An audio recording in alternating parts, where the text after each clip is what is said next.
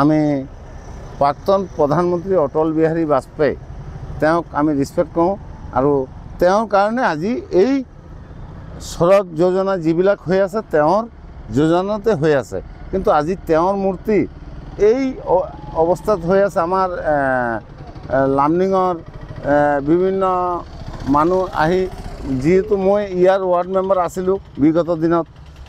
মোকে সদায় প্ৰশ্ন কৰে দাদা আপোনাৰ ৱাৰ্ডত এইটো কেনেকৈ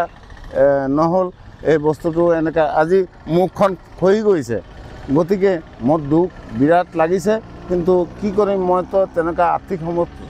আৰ্থিকত মই কমজোৰি আছোঁ নহ'লে মইহে ঠিক কৰি দিলোঁহেঁতেন যেহেতু গভৰ্ণমেণ্ট এটা স্কিম বনাই দিছে কিন্তু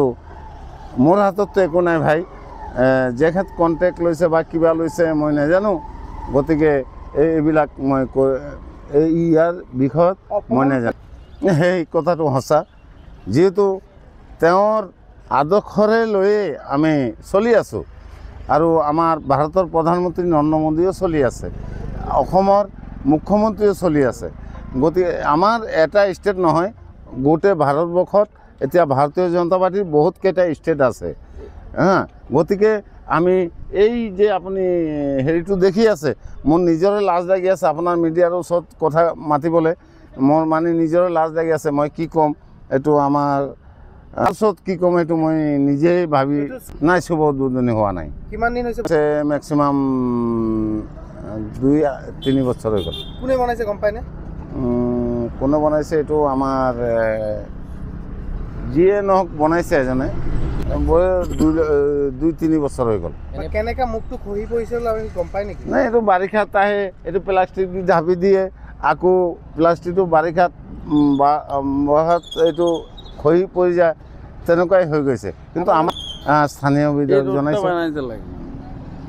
স্থানীয় বিধায়ক মই জনাইছোঁ আজকে তো প্রায় 2-3 বছর হবে তো মূর্তিটা এখানে স্থাপন করেছে কিন্তু কখনো উদ্ঘাটন হয়নি তো উদ্ঘাটন না হওয়াতে এটা কিছু ঢাকাও নাই কিছু নাই খালি খালিটা দেখতে অনেকটা খারাপ লাগে যেহেতু আমাদের ভারতের প্রধানমন্ত্রী মাননীয় অটল বিহারী বাজপেয়ীজি সেটা দেখতে খুব খারাপই লাগতেছে তো আমি তো চাই যে আমাদের এমএলএ যাতে জিনিসটা অল্প দেখুক দেখা